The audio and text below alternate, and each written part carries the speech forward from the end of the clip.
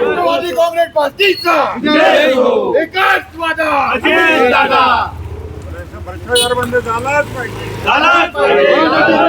बंद झालीच पाहिजे. राष्ट्रवादी काँग्रेस पार्टीचा अनधिकृत टोळी बंद झालीच पाहिजे. नागपूर शहरामध्ये आम्ही बघतो आहे टोईंग कंपनीची गाड्या रस्त्यावर लागते, या निमित्ताने जागेवरी जरी लागली तरी गाड्या उचलतात. जो नियम आहे नियमानुसार त्यांनी काम करायला पाहिजे, ते होत नाही. सर्रास भ्रष्टाचार होते. हॉस्पिटलसमोर, एखाद्या कंपनीसमोर, बँकेसमोर गाडी एखाद्या सिनियर सिटीजनची उभी जरी असली तर त्या ठिकाणी अनाऊन्स करून त्यांना चेतावणी देण्याची गरज आहे. ते न करता ते त्या ठिकाणी ते गाडी सरळ उचलून पोलीस स्टेशनला घेऊन जातात व मोठ्या प्रमाणात भ्रष्टाचार होते.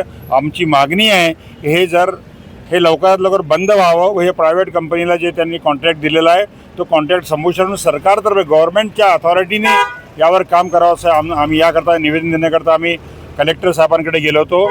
त्यांनी आम्हाला रिस्पॉन्स दिला. त्यांनी 3 दिवसानंतर एक मिटिंग कॉल केली आहे त्या लोकांची व त्यांनी यावर ताबडतोब निर्णय घ्यावा व या भ्रष्टाचार करणाऱ्या कंपनीला शहरातून बाहेर करावं अशी आमची मागणी आहे. ते आम्ही आज निवेदन दिलं आहे. माझे कार्याध्यक्ष त्यांनी डिटेल अभ्यास केला आहे, तेही तुम्हाला आज राष्ट्रवादी काँग्रेस पार्टीतर्फे शहराध्यक्ष माननीय अनिलजी अहिरकर यांच्या नेतृत्वात सर्व विभागीय अध्यक्षांच्या समवेत आज निवेदन देण्यात आलं.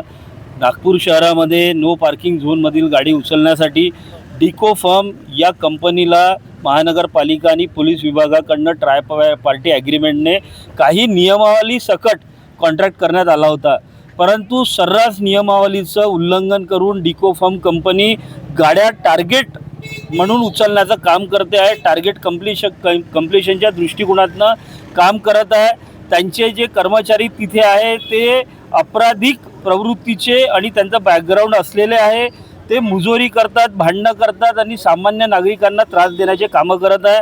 व्हाईट लाईनच्या आतमध्ये गाडी असतानाही गाडी उचलण्याचे काम करतात. अनाऊन्समेंट करत नाही. तिथल्या तिथे लोकांना फक्त चालान घेऊन गाड्या देत नाही, कारण की टोईंगचा पैसा त्यांना वसूल करावा लागतं.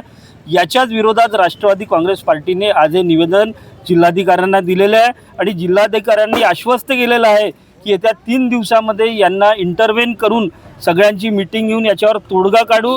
आम्ही मागणी केलेली आहे की हे जे टोईंगचं काम आहे हे शासकीय स्तरावर व्हावं, जेणेकरून कुठलाही व्यावसायिक दृष्टिकोन टोईंगच्या वेळेस होणार नाही. धन्यवाद.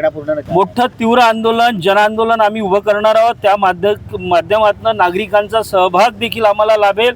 नागरिक त्रस्त आहे आणि आम्ही डिको फर्म सारख्या कंपनीला नागपूर शहरापासून हद्दबाहेर करू एवढं नक्की.